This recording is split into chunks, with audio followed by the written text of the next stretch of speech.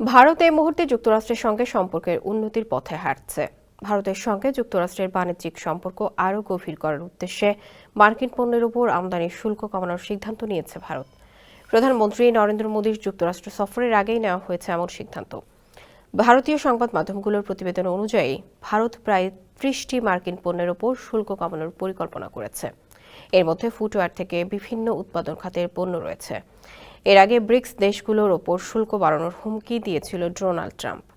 ব্রিক্সের সদস্য দেশের মধ্যে চীন, রাশিয়ার পাশাপাশি ভারতও রয়েছে।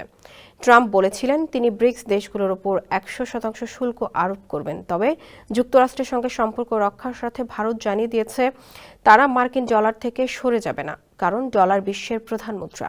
স্যান্ডেলিনা সো, রূপচর্চায় আভিজাত্য।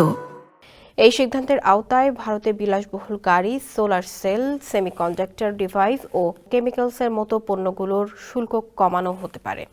বিশেষ করে যুক্তরাষ্ট্রের বিলাসবহুল গাড়িগুলোর শুল্ক ৩৫ লাখ রুপি বা তার বেশি দামের ওপর ৪০% অতিরিক্ত শুল্কের সঙ্গে ৭০% প্রাথমিক কাস্টমস শুল্ক কমানো হতে পারে। পাশাপাশি দৈনন্দিন পণ্যগুলোর মধ্যে বাইক, ফুটওয়্যার, স্মার্ট মিটার ও ইলেকট্রিক খেলনা ও কেমিক্যাল পণ্যের ওপর শুল্ক কমানো হতে পারে। এছাড়া মার্বেল, গ্রানাইট ও স্ল্যাব ভারত থেকে বেশি উৎপাদন করলেও এসব পণ্যে শুল্ক কমানো হবে। এর ফলে এসব পণ্য যুক্তরাষ্ট্র থেকে আমদানি করলেও দাম কম হবে। মূলত ভারত মার্কিন পণ্যগুলোর আমদানি বাড়াতে পদক্ষেপ নিয়েছে।